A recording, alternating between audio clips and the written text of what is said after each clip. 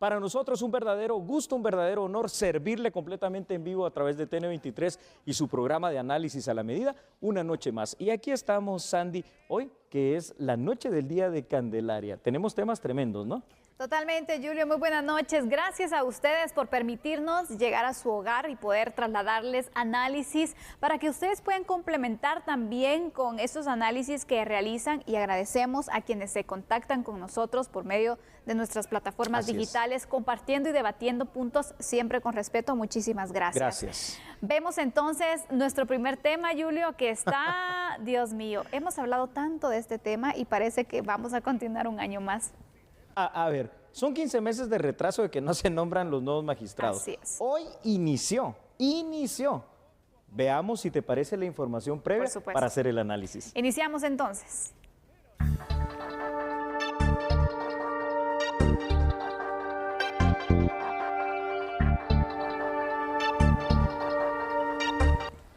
Y es que en esta información de contexto usted tiene que recordar lo siguiente. En el año 2019, que ya parece hasta un poco lejano, un 13 de octubre... Aquel año 2019. Del año 2019, bravo, sí, hasta con sarcasmo hay que decirlo, porque increíble Guatemala. Tuvo que haber cambiado la Corte Suprema de Justicia y los integrantes también de las salas de apelaciones. ¿Pero qué pasó? Pasaron muchas cosas con los procesos de las postuladoras. Hubo muchos recursos, entre ellos particularmente los recursos de amparo, y posteriormente terminó refrendando esta situación la Corte de Constitucionalidad, prácticamente variando y legislando para una nueva forma de elección de magistrados. Hoy, a esta fecha, entonces, atendiendo a esa situación, únicamente inició este eterno proceso, porque va a ser eterno. ¿Te imaginas tú elegir a más o menos 90 magistrados titulares de salas de apelaciones, sus 135 suplentes y, 135 titulares y 90 suplentes, más los 26 magistrados de Corte Suprema de Justicia, 13 titulares y 13 suplentes, cuando hay que leer la hoja de vida de cada uno, los pros, los contras, lo que han hecho, si le parece o no le parece, ¿por qué? Bueno, inició. Solo eso te digo. Yo quiero que, Julio, que podamos ir recordando un poco de por qué este proceso se prevé que pueda tardar muchísimo tiempo, para que conozcamos también y para que recordemos cómo ahora el Congreso debe llevar a cabo las elecciones, que hasta eso fue modificado. Hasta eso fue modificado. Así rápidamente antes de ver los datos. Este proceso, nos guste o no nos guste, que eso ya es otro tema, ¿verdad? El cambiar eso de las comisiones de postulación, que evidentemente están ya totalmente retrógradas, obsoletas y pasadas, no sirven para esta situación. El hecho de que la Corte de Constitucionalidad cambió el proceso que está en la ley de comisiones de postulación. Y ahora cada uno de los candidatos posibles que el Congreso tenía ya un listado, digamos, para nombrar, ahora deben de ser evaluados por el Pleno del Congreso, que son 160 diputados conocidos y discutidos. Imagínate que duren unos 10 minutos, por ponerlo corto, entre cada uno de estos magistrados, que no va a durar 10 minutos, esto va a ser mucho más largo. Se va a volver una situación de meses o años, o sea, no vamos a terminar nunca. Pero me permites presentar contexto con datos también. Por supuesto, veamos entonces estos datos que se han preparado para ampliar también el análisis, que está interesante. Claro que sí, muchísimas gracias, Andy, por esa situación. Bueno, usted lo está viendo ahí en pantalla, y es que ha surgido la polémica. Sí, por supuesto que sí. Y la polémica se da ahora, imagínese usted, aquí como es excusa para todo, ¿verdad? Y todo se vuelve terrible. La polémica ahora es el orden del nombramiento. A ver, el nombramiento de magistrados de la Corte Suprema de Justicia no deja de ser una polémica, Sandy. En ningún momento, pues hoy se discute en el Congreso si se inicia con ellos o con los magistrados de sala. ¿Qué decisión tomó el Congreso? Después de este año de retraso, decidió iniciar con el nombramiento de magistrados de sala. Ahora bien, por costumbre, una de las 5 fuentes del derecho, tú lo sabes, las anteriores legislaturas han electo primero a los magistrados de Corte Suprema de Justicia y posteriormente a los magistrados de sala de apelaciones. El Congreso ha dado vuelta a esta situación, pero no porque el Congreso mismo quiera. Fíjate que la resolución que legisla, literalmente que legisla diferente proceso por parte de la Corte de Constitucionalidad, en sus considerandos dice, bueno, hagámoslo como siempre se hace. Es decir, primero los magistrados de Corte Suprema, pero después en la parte de resolución resolutiva dice lo contrario. Entonces es una resolución que no se sabe a qué es lo que hay realmente que basarse, porque está cambiado el orden en cualquiera de las dos partes. Al final de cuentas, con algunas discusiones por parte de las distintas bancadas que conforman el Congreso, que recordemos que son 19, otra cosa que poner de acuerdo a 19 partidos políticos, ¿cómo haces tú con esto? Se inició por la discusión de los expedientes de los magistrados de sala. Yo particularmente creo que esto, a este paso y en esta forma y de esta manera, esto va a durar meses, si no es que años, y definitivamente así no vamos a tener Corte Suprema de Justicia a lo inmediato, no lo vamos a tener, así hay que decirlo. Parece que no, Julio, y se sigue atrasando el proceso, Así sigue es. la incertidumbre legal, que recordemos que a nuestro país no le conviene tener esa incertidumbre legal. ¿Por qué? Porque es uno de los puntos que inversionistas, empresarios, verifican antes de decidirse Así es, a así apuntarse y poder iniciar proyectos en un país como Guatemala, que necesitamos de los empleos, necesitamos Sí. de las inversiones, Julio, necesitamos recuperar nuestra economía, pero pareciera que este punto no podría ayudar mucho. Yo te diría, no sé cómo lo ves tú. No, estoy completamente de acuerdo y quiero refrendar tus palabras. ¿Por qué esto no ayudaría en nada? Porque la certeza jurídica sencillamente no existe. A ver, repito, recalco, yo creo que Sandy, esto es evidente para todos los guatemaltecos, lo hemos analizado ya en muchas ocasiones. La forma de las comisiones de postulación, eso hay que cambiarlo. Por eso hablamos de una reforma completa, Así es. integral, de lo que dice la Constitución en el tema del sector justicia. Esto hay que variarlo, pero nos guste o no nos guste, es el procedimiento vigente. Ahora, lo que a mí me parece que le quita toda la credibilidad a esta situación y quita la certeza jurídica, por bueno o malo que sea este procedimiento, que más es bastante malo, obviamente, el hecho de que venga la Corte de Constitucionalidad y establezca un nuevo procedimiento que complica, por no decir imposibilita prácticamente el que se nombre.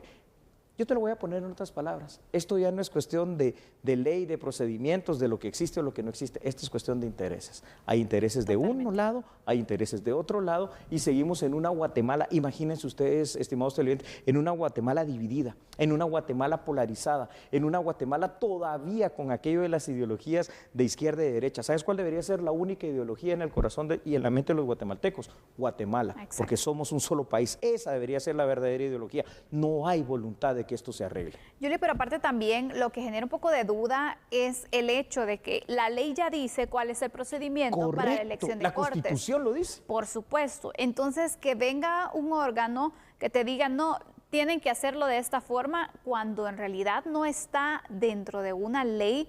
Yo no sé al final también qué tan legal podría ser o qué tan legítimo podría Me ser. encanta esa pregunta, Sandy. Bravo.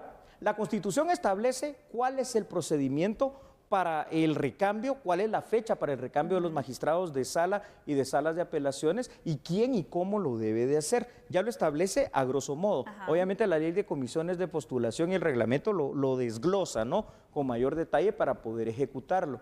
Entonces, no dice en ningún momento la ley que va a poder haber otro organismo legislativo que legisle. Legislar es hacer nuevas leyes, nuevos procedimientos, nuevos órdenes que cambien inclusive lo que establece la Constitución. Dice la Constitución, y aquí vamos a lo que me gusta, usted anote, usted no me crea a mí, yo le voy a dar los artículos y léalos. Dice la Constitución en el artículo 44 que cuando se violentan derechos que están garantizados en la Constitución, la norma, lo que sea, el artículo, la vejación, es nula ipso iure, nula de pleno derecho. Bravo, Sandy. Es decir, no nace a la vida jurídica. Pero esto viene refrendado en dos artículos más. Artículo 175, que nos habla de la primacía de la Constitución. Todo debe basarse en lo establecido en la Constitución. Y el artículo siguiente, el 204, que dice que cuando alguna disposición de cualquier órgano, de cualquier tribunal, y la Corte de Constitucionalidad es el más alto tribunal constitucional, pero es un tribunal al fin, tergiversa, violenta o restringe algunos de los derechos y procedimientos de la Constitución, esa resolución es nula de pleno derecho, es nula ipso iure. O sea que el Congreso de la República, que también está integrado por varios y muchos abogados, debería tomar sobre la base de eso y cumplir una cosa, lo que dice la Constitución, no lo que dice ninguna otra resolución. Y Julio, antes de pasar a los siguientes datos, aquí viene lo complejo, porque Dime. entonces vienen las inconstitucionalidades. ¿Y Sí. quiénes son los que ven estos temas? ¿Quiénes son los que al final tienen que resolver? La propia Corte de Constitucionalidad. Entonces, ese círculo Juez y parte. va a estar ahí, va a parecer un hámster, ¿no? Sí, son dando juez y parte. vueltas y vueltas el asunto. Usted no me escuche lo que voy a decir, te voy a decir un secreto, fíjate, Sandy, es cuestión de intereses políticos, intereses de todo tipo. No es cuestión de cosa jurídica, porque lo jurídico ahí está en la Constitución. Dicho esto, ahora le voy a presentar otros datos, si usted me lo permite, y los datos están allí en pantalla, ¿verdad? A ver, vea lo siguiente, por favor. Le quiero decir que el Congreso inició leyendo los expedientes de cada uno de los aspirantes al cargo de magistrados de sala de apelaciones. Imagínense, o sea, leyendo la hoja de vida y todo lo que han hecho en sus años de trayectoria. Los expedientes incluyen, por ejemplo, parentesco con otros funcionarios, si estuvieron implicados en ilegalidades criminales o incluso si de alguna manera pues han tenido algún otro tipo de problema administrativo con la ley. Los diputados, entonces, Sandy, ahora bajo este nuevo procedimiento sacado de una resolución de la Corte de Constitucionalidad, deberá votar a viva voz, que tampoco está en la Constitución ni en la ley, si los candidatos cumplen o no con los requisitos de honorabilidad y excluir del proceso de elección a los profesionales cuya idoneidad, entre comillas, y honorabilidad haya sido comprometido por lo que aparece ahí o por lo denunciado, por lo conocido. Yo te digo algo, esto no solo está inventado, sino que está completamente subjetivo.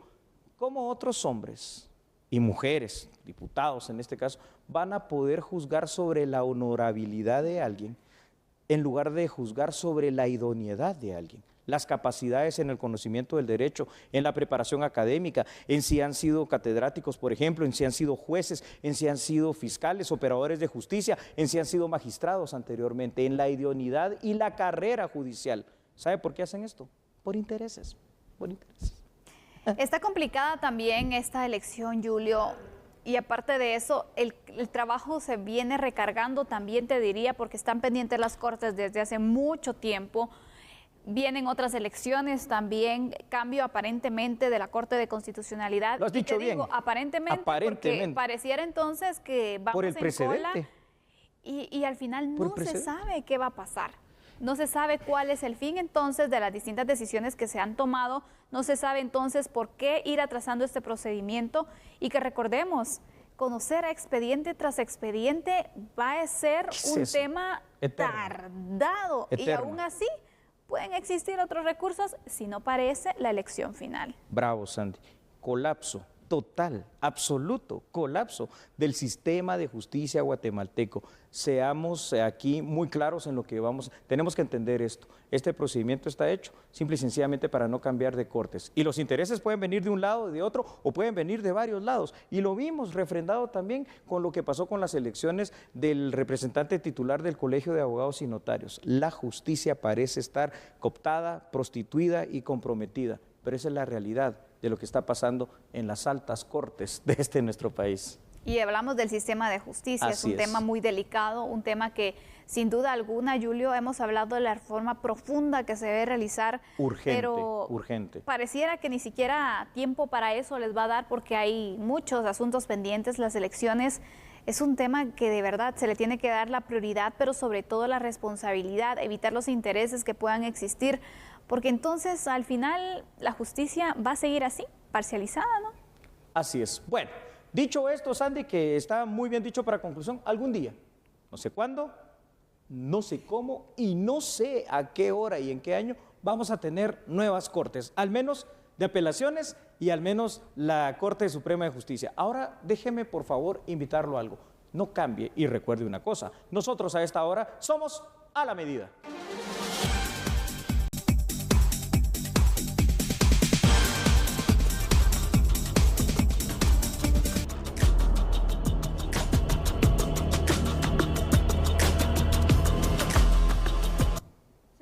En niñas y adolescentes durante el 2020. De ellas, más de 4.000 fueron niñas de entre 10 a 14 años víctimas de violencia sexual. Se ha agravado por el tema de la pandemia, el confinamiento, la violencia sexual. Si hablamos de datos del año 2020, podemos decir que hay 100.000 embarazos en niñas entre 10 y adolescentes entre 19 años. Si los separamos, recordemos que todo embarazo en menor de 14 años es delito de violencia sexual. Estamos hablando casi de 4.000 embarazos en niñas entre 10 y 14 años. Estos datos son del Ministerio de Salud. Y de 96.000 embarazos entre 15 y 19 años, que aunque no podemos decir que es violencia sexual, sí podemos decir que hay algún tipo de violencia por el poco acceso a servicios de planificación familiar, por el poco acceso a la educación integral en sexualidad, muchas veces por el poco empoderamiento que tienen las adolescentes para poder decidir sobre su vida y tener un plan de vida. Entre los embarazos de niñas se registraron de la siguiente forma: 30 niñas de 10 años, 58 de 11, 241 de 12, 776 de 13 y 3.430 de 14 años. Se registró que una niña embarazada de 12 años originaria de Quiché murió. En total, 46 niñas y adolescentes murieron por el embarazo o en el parto durante el 2020. Y sí, con los datos siempre del Ministerio de Salud, podemos decir que en el 2020 falleció una niña menor de 14 años por causa del embarazo y fallecieron 45 adolescentes entre 15 y 19 años también a causa del embarazo o del parto. El tema, por ejemplo, de que no tengan acceso a controles prenatales puede colocarlas en riesgo, porque en el control prenatal se detecta si hay presión arterial alta, si hay bajo peso, etcétera. Si yo no tengo acceso a control prenatal, en este caso las adolescentes, puede haber complicación en el momento del parto. Y si el parto está siendo atendida por una comadrona, no se van a tener los recursos para poder salvarle a esta niña o al bebé la vida. Alrededor de 55.000 nacimientos se registraron, siendo las madres, niñas y adolescentes de ellos son 1.500 madres de entre 10 y 14 años de edad. Los departamentos de Huehuetenango y Alta Verapaz fueron donde más incidencia de embarazos de niñas y adolescentes se registró. ¿Qué le puedo decir? Cuando uno mira estas cifras, de verdad se queda absolutamente impactado, absolutamente impresionado. A ver, Sandy, dimensionemos esto. Más de 100.000 niñas y adolescentes que quedaron embarazadas durante el año 2020. Esta es la cifra oficial. ¿Cuántas más pueden haber? ¿Cómo nos explicamos esto, Sandy?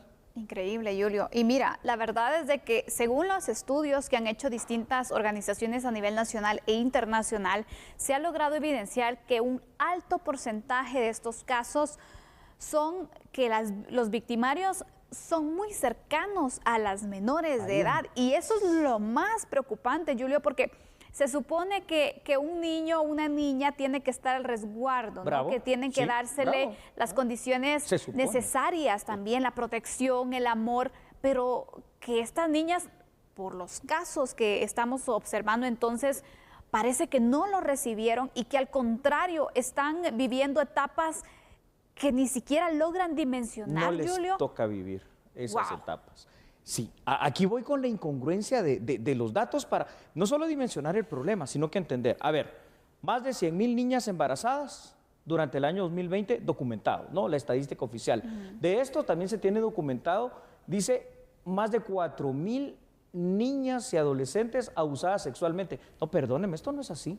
Si hay 100.000 niñas y adolescentes o más de 100.000 niñas y adolescentes que están embarazadas, que no deberían de estarlo, hay también esos 100.000 casos de niñas y adolescentes abusadas sexualmente, porque es que no hay otra explicación. Lo que pasa es de que aquí está también la cuestión de la estadística oficial, del tema de las denuncias, de la no cultura de la denuncia y de muchas veces, y esto es lo más dramático, Sandy, muchas veces el tolerar esta situación porque se da este embarazo en el seno de la familia, el papá, el abuelo, el hermano, el tío, lo que sea, y se calla y no se denuncia. ¿Por qué? Porque se cree entonces que si se denuncia va a ser una vergüenza para la niña y no se ve cómo hacer justicia, Julio, porque de estos casos que se reportan de menores que han sido violadas sexualmente, quisiéramos compararlas con las investigaciones que se tienen, con los casos que ya se conocen, que está conociendo la justicia para verificar entonces y dar cumplimiento a el castigo en esta situación.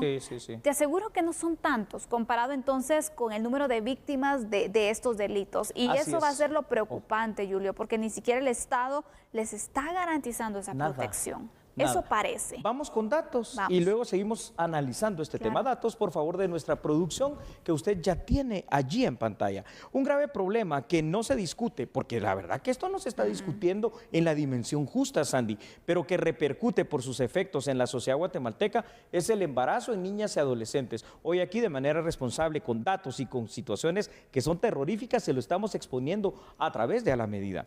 Es inaudito pensar que en una cifra que supera las 100,000 niñas y adolescentes que resultaron embarazadas el año recién pasado. ¿En dónde pasa eso? ¿De qué estamos hablando? Los programas, Sandy, de prevención de embarazo en menores de edad son absolutamente infuncionales. No hay otra forma de explicarlos y deben de estar a cargo, o mejor dicho, están porque existe, al menos en teoría, una política nacional de la juventud con un plan que se llama Planea, que entre otras cosas involucra al Consejo Nacional de la Juventud para la prevención de embarazos, pero que no están haciendo evidentemente sus esfuerzos. Hay que decirlo claramente. Reactivarlo, Julio, todos esos esfuerzos son importantes. Exactamente, y a esto también hay que sumar, ¿verdad, Sandy? Yo creo que fuera de los esfuerzos que no está haciendo este Consejo de la Juventud, está también que esto debe estar dentro de los planes de estudios en una reforma del pensum de estudios para la prevención, que se hable en las escuelas, que se hable en los institutos, que se hable en los colegios privados, y además también deben de participar no solo las familias, que eso sería el ente primario, sino que las iglesias y toda situación de campañas de todo nivel a través de los medios de comunicación social, a través de los medios digitales, de los medios escritos, de las radios comunitarias, en donde sea, para que las niñas y los adultos entiendan, primero los adultos, que esto es un delito y es un delito grave, estamos hablando de una violación o una violación calificada, y las niñas entiendan que tienen un plan de vida, pero que ese plan de vida se les altera con esta situación, que si a través de una seducción, de un engaño de un adulto o de otro contemporáneo en edad quedan embarazadas, las que más van a sufrir y repercutir esto en su vida van a ser ellas, pero estos niños que nacen de ahí también ya traen un futuro bastante comprometido para ellos mismos y para el país. Y Julio, las consecuencias que se dan también, pasar por una situación de estas donde tú quedas vulnerable, donde han sido vulnerados tus derechos también, donde una persona que pensabas que a lo mejor te quería, un padre, un tío, un familiar cercano que te haga este daño y que aparte de esto, producto de esta violación, quedes embarazada, donde todo se te altera, donde tienes que ser responsable de poder cuidar a un niño, realmente genera, te diría, traumas psicológicos muy importantes que también no se le está dando el seguimiento oportuno y correspondiente. Aquí quiero decir lo siguiente.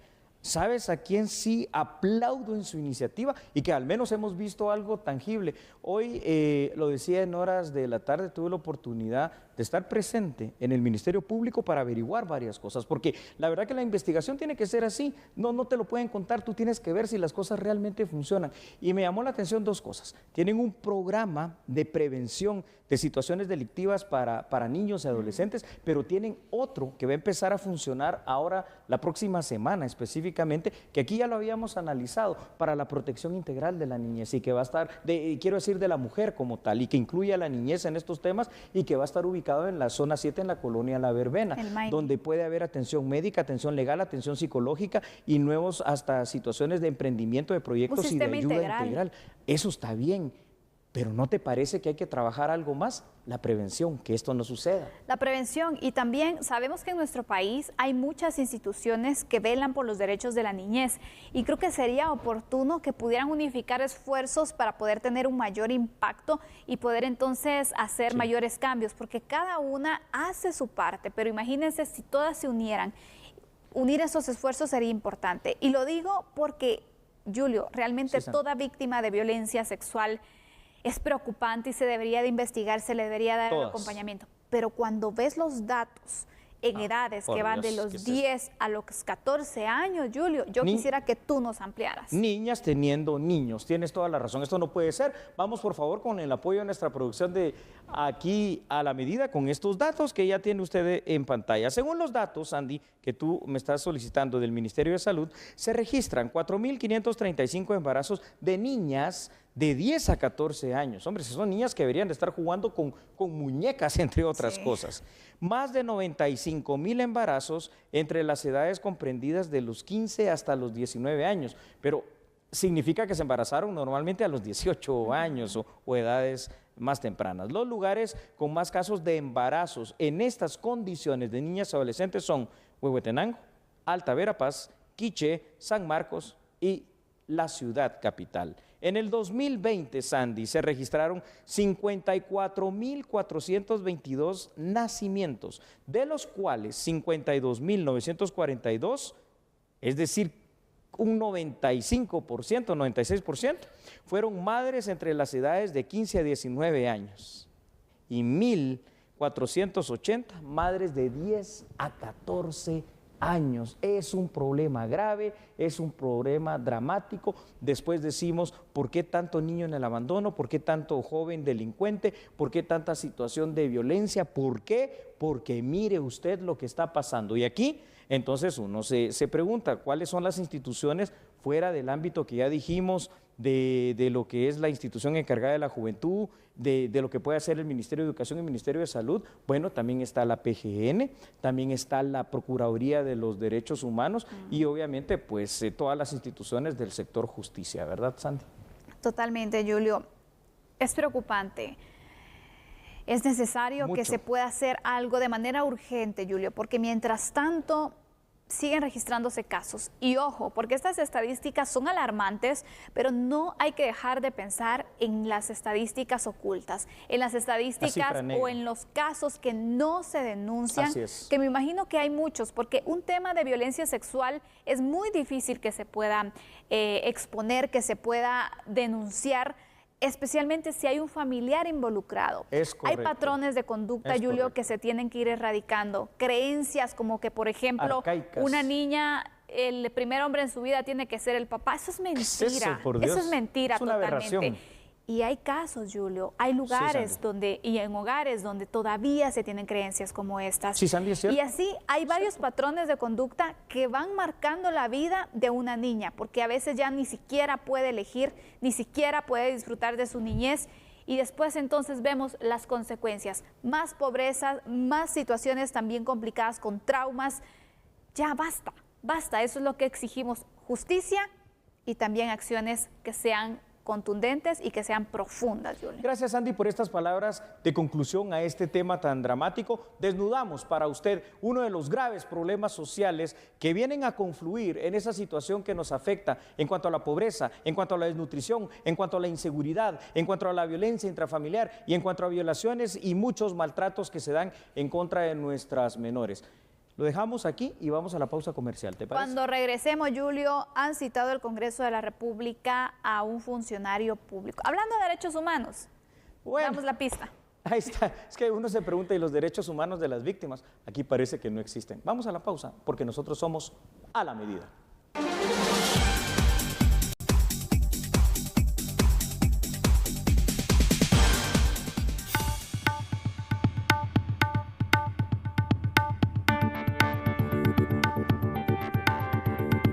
El 16 de febrero, el Procurador de los Derechos Humanos, Jordán Rodas, deberá rendir detalles sobre el informe anual de gestiones presentados al Congreso de la República, a solicitud de los diputados miembros de la Comisión de Derechos Humanos. Le fue entregada una copia a todos los miembros y se acordó, prácticamente hubo consenso de todos los miembros de que es importante que el procurador venga a la Comisión de Derechos Humanos y explique su informe de cuentas y que los diputados tengamos la oportunidad de hacerle preguntas o incluso de felicitarlo, dependiendo de lo que el informe diga, que honestamente no lo he leído, pero recién hoy lo entregaron, pero que lo vamos a leer y la citación está hecha para dentro de 2 semanas. La comisión también dio lectura a una carta enviada por el juez Maynor Moto, quien solicitó evaluar la gestión del PDH, argumentando que mientras esperaba su juramentación en la Corte de Constitucionalidad, habría solicitado la presencia de defensores, pero ninguno se hizo presente.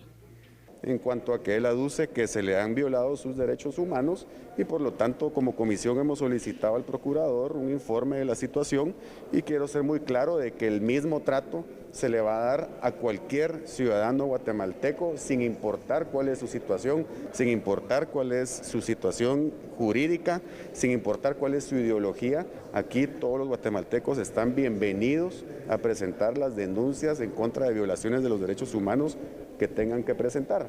Y el mismo trato le vamos a dar absolutamente a todos los ciudadanos guatemaltecos. Usted lo ha escuchado en varias ocasiones cuando hablamos con Sandy y usted y decimos que la costumbre es una de las fuentes del derecho, pero a veces las costumbres pervierten los procedimientos legales y voy a explicar por qué rápidamente.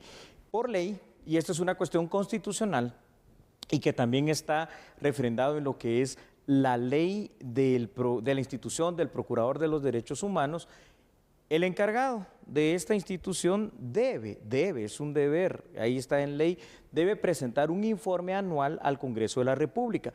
Pregunta, ¿por qué al Congreso de la República? Porque dice la ley del Procurador de los Derechos Humanos que el Procurador de los Derechos Humanos es un comisionado del Congreso de la República. Entonces, debe rendir un informe, pero ese informe ¿cómo debería de ser? Como era antes, es decir, presentarse ante el Pleno, leerlo ante los diputados que deberían de estar ahí presentes. ¿Para qué? ¿Cómo lo hace el presidente? Exactamente. ¿Para qué? Para que si hay alguna duda, ahí mismo tienen al funcionario y empiezan a despejarse. Pero como la costumbre hace muchos años varió y se pervirtió esta situación, ahora los informes, los procuradores de derechos humanos los mandan, ahí va el informe, ahí va el documento, léanlo si quieren.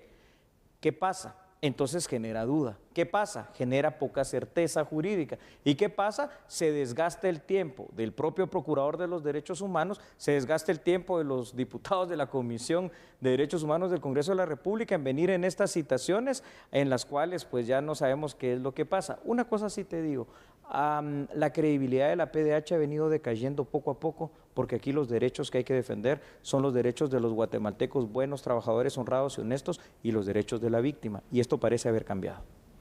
Veíamos entonces que la dinámica de la PDH hace ya algunos años iba cambiando, Julio, pero parece entonces que ha ido bajando, ha ido teniendo otro sentido, otro enfoque, o al menos eso es lo que se puede percibir, y esa es la crítica social que se ha tenido también en varias ocasiones. Qué bien dicho. Que se ha creado social. también polémica, Julio. Sí. Sí, Sandy, lo que pasa es una cuestión de percepción, esto es como el tema de la seguridad. Tú vas, haces una encuesta y le preguntas a las personas cuáles son las instituciones de mayor credibilidad antes, pero te digo antes, unos 5, 8, 10 años atrás te aparecía la PDH dentro de los primeros lugares, hoy ya ni siquiera está allí, ha perdido esa credibilidad. Vamos con datos. Adelante, iniciamos entonces con la información. Está bien, para el análisis ahí tenemos nuestros primeros datos. De conformidad a lo establecido en la Constitución, el Procurador de los Derechos Humanos es un comisionado directo del Congreso de la República. Eso hay que quedar bien claros. Con relación a los temas del actuar general de la PDH, la Constitución también obliga a que el Procurador presente informe anual de actividades ante el Congreso de la República. Este informe debe contener todas las acciones en las cuales se declararon, por ejemplo, violaciones a los derechos humanos por parte de funcionarios del Estado. Recordemos que la teoría de los derechos humanos dice que el Estado es el único que puede violentar los derechos humanos de otra persona y las supervisiones administrativas realizadas por la institución de la PDH a cada una de las instituciones públicas que la hayan realizado. Independientemente de ello, Sandy, el Congreso de la República puede requerir cualquier otro tipo de informe adicional sobre una situación particular en su función fiscalizadora. Y es aquí donde se suma una carta que en su momento llegó, ya no sé cómo llamarle, por el juez magistrado, por el abogado, pues, porque eso sí lo es, Maynor Moto, donde pidió el acompañamiento de la PDH y lo que hizo el delegado de la Procuraduría de Derechos Humanos que llegó a la Corte de Constitucionalidad fue permitir el ingreso de otros ciudadanos que entraron en un dimes y diretes con este pues exfuncionario público, ¿verdad? Y entonces aquí tenemos el contexto de lo que hoy estamos analizando. Sabemos que las garantías se deben garantizar siempre, Julio. A todos. Y exactamente, a todos. Entonces la PDH tiene que ser imparcial finalmente para poder dar el acompañamiento. Pero regresando al tema de la fiscalización, que recordemos, una de las funciones de los diputados es esa, fiscalizar también.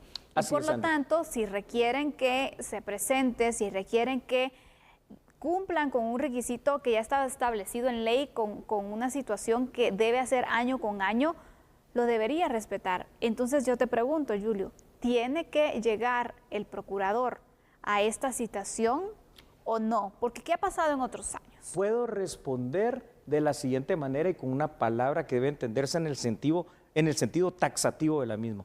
Debe de presentarse. ¿Por qué? Número 1, porque es función del Congreso de la República. Número 2, porque es de conformidad a la Constitución, a la ley del procurador, es un comisionado del Congreso de la República. Y número 3, porque todo funcionario público debe no solo acudir a las citaciones, sino que debe presentar y rendir cuentas, digamos, a los diputados. Recordemos que los diputados representan a sus electores, deben rendir cuentas al pueblo de Guatemala, que eso es lo que queremos saber, qué es lo que ha pasado, cuáles son las ventajas, cuáles son, en qué te beneficia a ti, en qué le beneficia a usted, en qué hemos mejorado en el tema del respeto y garantías de los derechos humanos en Guatemala, o simple y sencillamente nos hemos estancado o hemos retrocedido. Entonces debe de acudir. A ver qué pasa, ¿no? Porque también como aquí echa la ley, echa la trampa y ya los funcionarios públicos hacen lo que quieren, a ver qué es lo que va a suceder. Han hecho lo que quieren porque se les ha permitido, Julio, pero creo que también es el momento en el que pues, el Congreso pueda tomar nuevamente las riendas de la situación y que pueda hacer respetar ese requisito de brindar el informe anual y también de poder contestar las preguntas que se necesiten, ¿no? Que puedan exponer esos logros. Me parece bien dicho, Sandy. Vamos con otros datos que también es importante que usted, por favor, analice en este tema. De conformidad a lo que refiere a la Comisión de Derechos Humanos del Congreso, el procurador Jordán Rodas, pues no ha cumplido exactamente con lo establecido para la presentación del informe anual. Mandó el documento, pero no se presentó a explicarlo, no se presentó a que lo interroguen sobre el mismo. Por ello se tomó la decisión de requerirle el informe de actividades establecido en ley, pero con la presencia de él ahí ante la Comisión de los Derechos Humanos del Congreso. Se le cita entonces para que puedan ampliar esta información y también para que pueda rendir un informe de por qué no se dio acompañamiento al juez nombrado como magistrado de la Corte de Constitucionalidad por el Congreso, Maynor Moto, cuando fue requerido a través de una carta que él envió en su momento al Congreso de la República. Lo que procede entonces en este caso es que el procurador se presente ante la Comisión de Derechos Humanos del Congreso de la República para atender y para aclarar los puntos que los diputados le dirán. Decía el diputado Arzú que ya sea para requerirle más informes o en todo caso hasta para felicitarlo por el trabajo. Pues yo no sé si se felicita o no a los funcionarios cuando llegan ante el Congreso de la República, pero lo que sí es obligación es requerir la información de lo que se ha hecho, de lo que no se ha hecho, de lo que se ha dejado de hacer y de cómo se ha utilizado el presupuesto, porque es presupuesto que no le pertenece a nadie, le pertenece al pueblo de Guatemala. Y aparte recordemos, la PDH, una de las funciones que tiene también es velar por el cumplimiento del acceso a la información pública. Claro. Y esa información es información pública. Es información pública. Y si el mismo encargado de velar por el cumplimiento de ese derecho humano en la información pública no quiere dar la información, hombre, pues entonces estamos bien, ¿no? Para la defensa de los derechos humanos de los guatemaltecos de manera integral. A ver qué pasa, ¿no? Ahí está la citación y ahora pues la historia evidentemente continuará y seguramente analizaremos más adelante este tema, Sandy. Ahora le pregunto a usted, ¿qué cree? ¿Se presentará o no se presentará el procurador a rendir este informe, a dar a conocer los logros obtenidos en la institución? Analícenlo. Ahí dejamos la pregunta. Y vemos entonces. Vamos a la pausa. Regresamos enseguida. Claro que sí. Llegó la hora que usted ya sabe, ¿no? De que se ponga más cómodo todavía, porque aquí en TN23 vamos a continuar con nuestro programa A la Medida. Pasamos a otra información. 150 jóvenes van a participar en el plan Alianza por la Educación, que tiene el propósito y el objetivo de evitar la migración ilegal. Vea la información, por favor. A través del emprendimiento, adquisición de conocimientos y empleo, la cartera de educación busca disminuir la migración ilegal en los jóvenes de diferentes comunidades del país, al mismo tiempo capacitar a los migrantes que regresaron. Uno de los municipios con más retornados durante el 2020 fue el municipio de Nevaj, en Quiché. Para impulsar los cambios que nos permitan aumentar la cobertura escolar y alcanzar la mejor calidad de la educación, sabemos que es necesario garantizar las mejores condiciones a nuestros estudiantes de todo el país y facilitar las condiciones de capacitación y formación de los jóvenes retornados. Uno de los pilares indispensables que debemos abordar es promover modelos de reinserción para que por medio de alianzas público-privadas se creen mecanismos que permitan a los jóvenes alcanzar un nivel de vida, de autosuficiencia económica y estabilidad social dentro de su comunidad, para que la migración no sea una opción. Nuestro compromiso como gobierno al que hoy represento es, como lo ha manifestado nuestro presidente constantemente, construir los muros de prosperidad para evitar que nuestro pueblo tenga que migrar. Elevar el nivel de la empleabilidad y las competencias laborales basadas en experiencias de trabajo que los migrantes han ganado en Estados Unidos es parte de nuestra responsabilidad. Buscar procesos de homologación, acreditación y certificación. El embajador de Estados Unidos en Guatemala, William Popp, quien también forma parte de este proyecto, indicó que esta alianza busca generar impactos positivos en los jóvenes.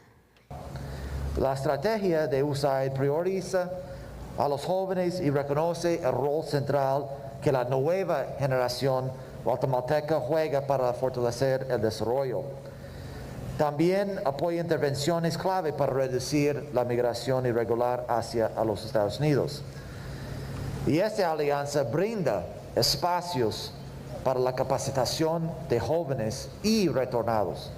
Les brinda la oportunidad de mejorar las habilidades que requieren para insertarse al mercado laboral. Les da herramientas que les permiten encontrar nuevas oportunidades y alternativas a la migración. Y el índice de inversión y también de atracción económica ha tenido una mejora en enero. Veamos entonces cómo marca la recuperación de la economía nacional. El informe resalta una mejora de 51.18 puntos, superior en 2.69% con respecto a diciembre de 2020. El desempeño del ingreso de impuestos, la estabilidad del tipo de cambio, el precio internacional del petróleo, sumado al próximo ingreso de la vacuna contra COVID-19, son factores que incidirán en nuestra economía. Este último factor es avalado por empresarios. El mensaje es positivo, el mensaje es de optimismo y el mensaje también es de un poco de esperanza de que este virus, aunque vamos a tener que seguir viviendo con él, pues ya exista una vacuna que pueda contrarrestarlo y evitar más contagios. El informe presenta una sección de resultados de 4 preguntas y la expectativa de analistas privados y empresarios. De los resultados importantes es que 7 de cada 10 empresarios espera que la evolución económica mejore en los 6 próximos meses. Sin embargo, se resalta la necesidad de certeza jurídica en 7 de cada 10 para el tema de inversiones. Este tipo de índice es una herramienta que se utiliza para medir la situación de la economía nacional y lo que se puede esperar para el futuro. ¿Y sabe usted que Pronacom dio a conocer el informe de atracción de inversiones correspondiente al mes de enero del presente año? Bueno, veamos la información. Diversas acciones interinstitucionales han logrado asegurar que 9 empresas coordinen la inversión en Guatemala por más de 100 millones de dólares en diversos sectores productivos. Esto generará más de 1,000 empleos directos.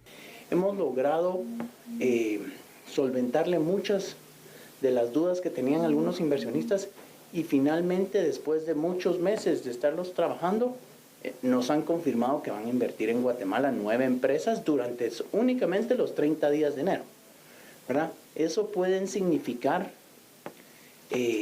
más de 100 millones de dólares de inversión y más de 1,100 empleos generados. Creo que es un primer buen mes para el país en atracción de inversiones.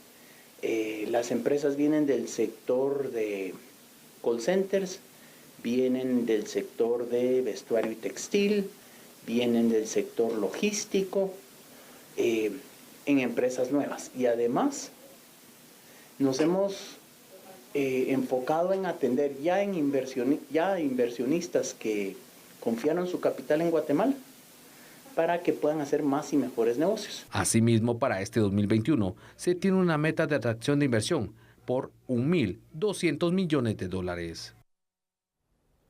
La ley electoral y de partidos políticos será un tema que se pondrá sobre la mesa para la Comisión de Asuntos Electorales del Congreso de la República. Por cierto, hoy los diputados se reunieron. Durante la presentación del cronograma de actividades de la Comisión de Asuntos Electorales del Congreso de la República, sus integrantes manifestaron interés por que se retomen las reformas a la ley electoral y de partidos políticos. Los diputados que anteriormente integraban la comisión plantearon una serie de reformas que se referían a el financiamiento electoral, voto en el extranjero y reformas sobre la cobertura en medios de comunicación.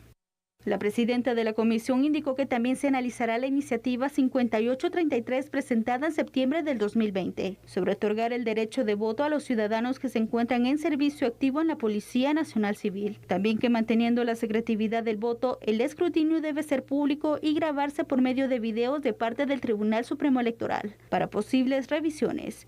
Igualmente, los partidos políticos tendrán derecho de realizar grabaciones a través de sus fiscales. La comisión manifestó su interés por mantener acercamiento con los magistrados del Tribunal Supremo Electoral y sociedad civil para propuestas. Señoras y señores, muchas gracias. Buena noche. Chao. Hasta mañana. Feliz noche. Que descanse.